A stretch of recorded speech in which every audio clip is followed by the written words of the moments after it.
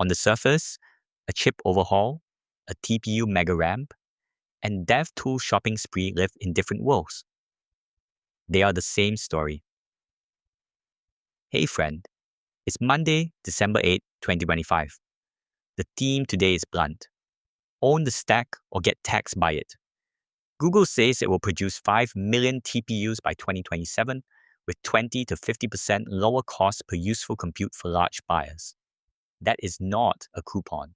It is a price attack on Nvidia at hyperscale. Find the lens. If you train or serve at meaningful volume, this is real leverage in your cloud negotiations. Expect longer commitments, reserve capacity, and tighter integration as the trade.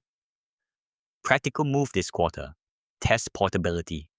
Can your stack run on JAX or PyTorch with the TPU bridge? Aim for parity on your top 2 workloads. Investors, watch reseller margins and second-hand GPU pricing. Google is turning compute into a utility inside its cloud, which pushes the profit pool up into data, distribution, and software. If you sell only cycles, your pricing power is on a timer. Because Google is squeezing on costs, Nvidia is fortifying the moat in software. CUDA tile is the biggest change since 2006. It shifts the mental model from threads to tiles, which makes high performance easier to reach for more teams. Using our framework here, the signal is that Nvidia wants consistent, portable speedups without every team handwriting kernels. The noise is the warm language about developer love.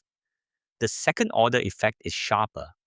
By raising productivity inside CUDA, Nvidia increases switching costs and blunts the appeal of new accelerators that lack this layer. For hiring, prioritize systems engineers who can think in tiles and compilers, not only model architects. For product, do not fork away from this model unless you plan to own your kernels forever. LLMs are simulators. The best way to use them is to think of them as simulators. You can prompt them to channel a group of people, and they will simulate that group. This is a powerful mindset shift. That is Andrej Karpathy. Compute economics shape everything downstream.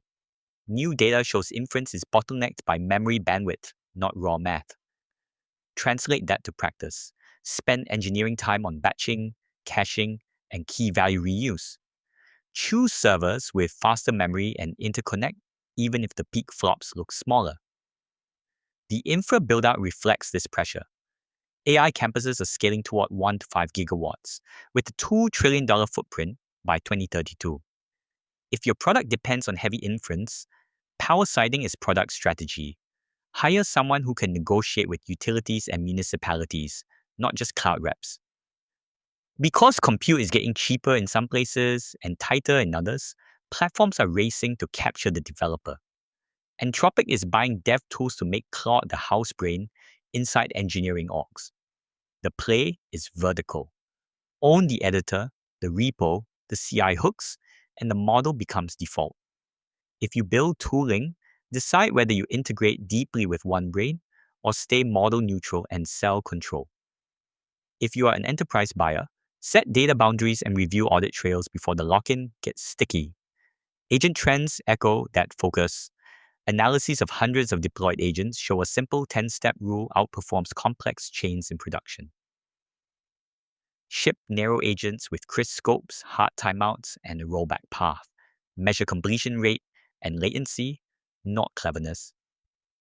Have a tip or a story we should cover? Send it our way.